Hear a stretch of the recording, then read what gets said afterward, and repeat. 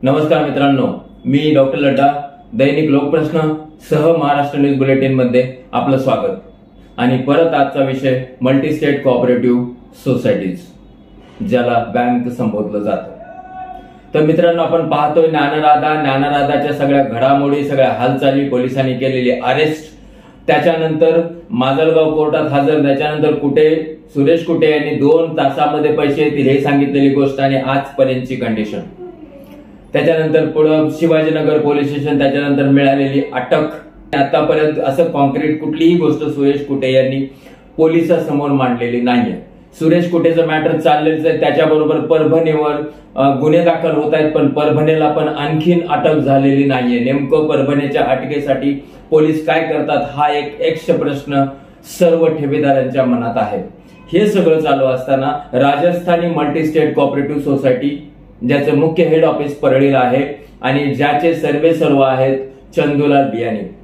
चंदूलाल बियाणी यांचं घर तसं तर सात्विक धार्मिक घर म्हणून ओळखलं जातं। त्यांच्या वडिलांनी समाजासाठी खूप मोठं काम केलं असं बोललं जातं आणि या सगळ्या कामाचा भाग म्हणून मराठवाडा साथी नावाचं वृत्तपत्र पण त्यांनी काढलं।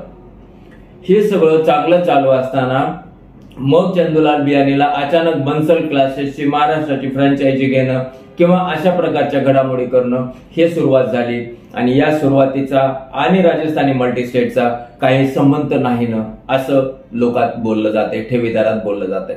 तर आम्ही राजस्थानी मल्टी स्टेटच्या ठेवीदारांशी प्रत्यक्ष बोलणं केलं आणि त्यावेळेसच्या ठेवीदारांनी मांडलेले मतं आम्ही आपल्या समोर आणतो। आपण आता त्यांच्याशी सरळ संवाद करू। नेमकं तुमचे किती पैसे आहेत राजस्थानी?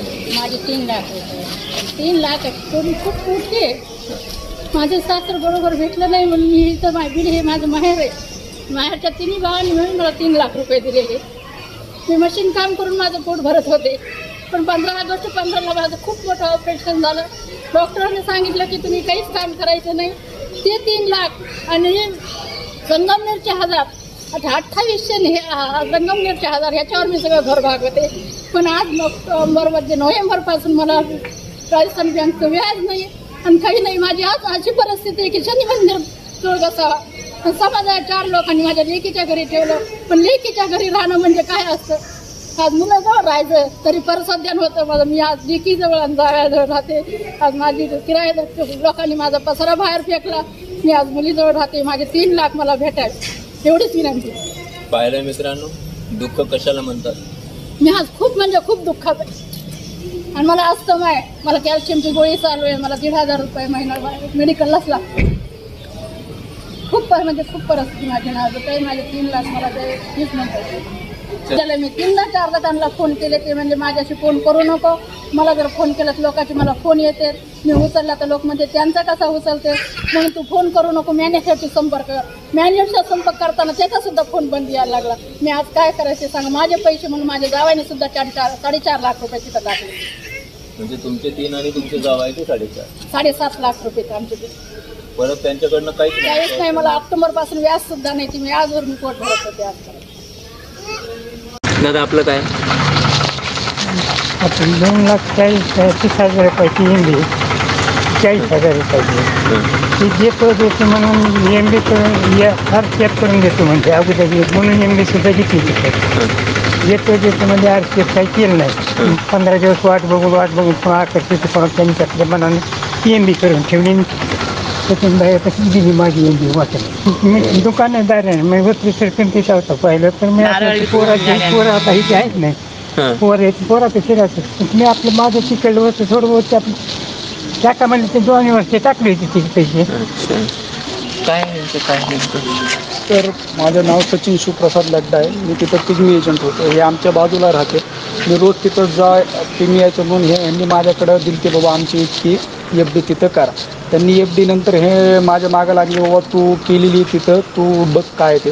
नंतर मग ह्यांची तिथं मी एफ.डी दिली, त्यांनी रिन्यू करून दिली। ती एफ.डीच्या नंतर बॉन्ड बी दिला नाही त्यांनी, बॉन्ड बी त्यांच्याकडे आणि सगळंच त्यांच्याकडे।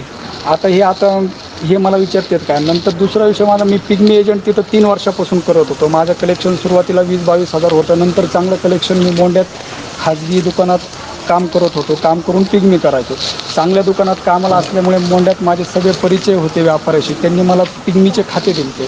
पण मला त्यांचा भरोसा होता. मी व्याजाने पैसे काढून त्या लोकांचे दिले. तर काही लोकांचे अशा लोकांचे राहिले की ते रोज येऊन माझ्या घरी मला दमदाटी करतात, शिवीगाळ करतात. आता त्यांचे तरी मी समाजातले चांगले 4-5 लोक घेऊन त्यांच्याकडून पैसे काढून त्यांचे मी पैसे भरले. आता चंदू शेठचे संपर्क केला 10-10, 5-10, त्यांचा काही संपर्क होत नाही. 2 महिन्या अगोदर झालता की त्यांचं इतकंच बोलणं आहे, आमचं चालू आहे, आम्ही करू आणि आम्हाला काही जास्त फोन लावू नका. माझे ज्ञानराधात अडकले. म्हणलं भाऊ, ज्ञानराधाचे पैसे येणार नाही, त्यांनी नाही दिले तर तुम्ही काय करणार? म्हणले असं कसं? म्हणले त्यांचे येणार नाही तर आपले. म्हणले आम्ही पोलीस स्टेशनमध्ये जायची तयारी केलेली म्हणले. असं त्यांचं उत्तर आहे. मी चंदू शेठचा खूप आदर करतो. पोलीस स्टेशनमध्ये जायची तयारी म्हणजे त्यांना बोलणं झालं की भाऊ आम्ही मग केस करू, हे करू. ते म्हणले केस करून काय होणार आहे म्हणले, आणि मी ती बी तयारी करून ठेवलेली म्हणले मी जेलमध्ये जायची. त्यांना असं बोललो केस करू, हे करू. आज माझ्या घरावर इतकी परिस्थिती बिकट आली की मला लोक रोज समजा मार हाण्यापर्यंत गोष्टी. काही समाजातल्या लोकांनी फक्त तिथं यायचं, मग ते भांडणं मिटवायचे. मी चंदू शेठला इतकं सांगतो की आमच्या गोरगरिबाचे पैसे द्या तुम्ही, आमचा तळतळाट घेऊ नका तुम्ही. सर, ह्यांनी आमच्या पैशाचा इतका दुरुपयोग केला. जिथं नाही तिथं बँकेच्या शाखा उघडल्या. जिथं काही व्यवहार नाही, दिंदरूडसारख्या, नेकनूरसारख्या, शिरसाळ्यासारख्या ठिकाणी तिथं ह्यांनी शाखा उघडल्या. आणि जिथं मी शाखा उघडली बँके तिथं अलकाश्री देवीजीचं सुंदरकांड घे, तिथं 4-5 लाख रुपये खर्च कर. ह्यांच्या वडिलाच्या नावाने अन्नछत्र चालव प्रत्येक गावात. अरे तुम्ही कोणाच्या जीवावर केलं? हे आमच्या जीवावर केलं ना तुम्ही. आता तुमच्यावर देण्याची वेळ आली तर आता पळून चालले. त्याच्यानंतर त्यांचे सचिव बद्रीनारायण भाईती आहे, कोषाध्यक्ष विजयप्रकाश लड्डा, ह्यांना मी फोन लावला, ह्यांना बोललो. ते मला सरळ म्हणतात आम्ही तिथं सचिव आणि पदावर होतो हेच आम्हाला माहीत नाही. असं कसं माहीत नाही? ज्यावेळेस तुमच्या बोर्डावर नाव होते त्यावेळेस तुम्ही सह्या केल्या असत्या, गांजा पिलेले होते का तुम्ही तिथं? आणि म्हणता होत नाही. मी ह्यांना तिघांना इतकंच सांगतो, आमच्या गोरगरिबाचे पैसे द्या. जर तुम्ही आमचा तळतळाट केला तर किडे पडून मारता तुम्ही. इतके बेहाल होते तुमचे. जे तुम्ही आत्तापर्यंत तुम्ही पुण्याचे कामं केले तुमच्या वडिलाच्या नावाने, कुठं ह्याच्या नावाने, ते तुम्हाला काहीच कामी येणार नाही. ते असे चोट्ट्याचे चाळे करून तुम्ही केलेले कारभार हे. आमच्या गोरगरिबाचा तळतळाट घेऊ नका, आम्हाला त्रास देऊ नका, आमचे पैसे द्या, आमची एवढीच विनंती आहे. मी अतुल नंदकिशोर दायमा. मी ड्रायव्हरकी करीत होतो. ड्रायव्हरकी करून माझ्या मित्रांना आयडिया दिली की पिगमी करा म्हणून. तर पिगमी करून मी तिथे 3 लाख रुपये गोळा करून, म्हणजे रोजचे कलेक्शनच्या हिशोबाने 3 लाख रुपये झालेले. तर त्याच्यानंतर मी मॅनेजरशी बोललो, चंदू शेठ बियाणीशी बोललो. त्यांचे उडवडीचे उत्तर, पुन्हा मॅनेजरचे हाना मारायच्या धमक्या, हे सगळा प्रकार झालेला आहे तिथं. मॅनेजरने हाना मारायच्या धमक्या दिल्यात. लिमिट बघताय तुम्ही कुठं? शाखेमध्ये झालेलं आहे. त्यांच्या तिथं CCTV फुटेज बी आहे त्यांच्यापाशी तिथं. मग याबाबत पोलीसमध्ये गेलं नाही का? नाही गेलो. गेलतो, निवेदन द्यायला गेलो, पण पोलिसांनी त्यावेळेस घेतलं नाही ना. सुट्टी म्हणले आत्ता, नंतर बघू म्हणले. त्याच्यानंतर पुढं मॅनेजरचं किंवा काय नाही त्यांनी चेक वगैरे दिलता. चेक बँकेत लावू नका म्हणले. एक वेळेस लावला तर ते म्हणले की आमच्या ह्याच्यावर केस करू नका, चंदू शेठ बियाणीवर केस करा म्हणजे. तुम्ही पेमेंट त्यांना भरलेलं आहे म्हणजे, आमच्यापाशी काय नाही. मॅनेजरचं असं बोलणं. अच्छा. तुमचं? मी अमर सारडा, युवा माहेश्वरी सेवाभावी संस्था म्हणून आमचं एक मंडळ आहे. आमच्या मंडळाने पैसे गोळा करून किंवा समाज उपक्रम जे घेतले होते त्यातनं जे काही पैसे आम्हाला राहत होते ते आम्ही सगळे एकत्र करून त्या राजस्थानी मल्टीचेक पतसंस्थेमध्ये ठेवले होते. पण आज अशी परिस्थिती आली की 8 महिने झाले आमच्या 1 रुपया त्या FDवर आम्हाला काही व्याज नाही ना. ती FD परत मिळण्याचे काही चान्स नाही, कारण यांची पतसंस्थाच बंद आहे. ना कोणी उत्तर देणारा मॅनेजर आहे, ना कोणी फोन उचलणारा आहे, का कोणी नाही. आम्ही जे पैसे गोळा करून तिथं ठेवले होते, एक समाजाची पतसंस्था आहे म्हणून, पण त्यांनी आमची घोर फसवणूक केलेली आहे. मग आमची एवढीच विनंती आहे की आमचे जे पैसे आहे समाजातल्या सगळ्या युवा वर्गाने एकत्र येऊन तयार केलेल्या मंडळाच्या मेहनतीचे, तर ते पैसे त्यांनी आम्हाला परत आमची जेवढी मुद्दल आहे तेवढंच आम्हाला द्यावं, एवढीच आमची अपेक्षा आहे. बाकी आम्हाला काही पाहिजे नाही. याविषयी त्यांना काही बोलणं झालं का तुमचं? आम्ही त्यांना खूपदा फोन लावायचा प्रयत्न केला पण त्यांचा मोबाईल स्विच ऑफ येतो. आज मॅनेजर म्हणतो की येतील, पण अजून त्यांच्याकडून 1 रुपया सुद्धा आम्हाला परत मिळालेला नाही. पाहता मित्रांनो, आपण ऐकलं सगळ्या ठेवीदारांना.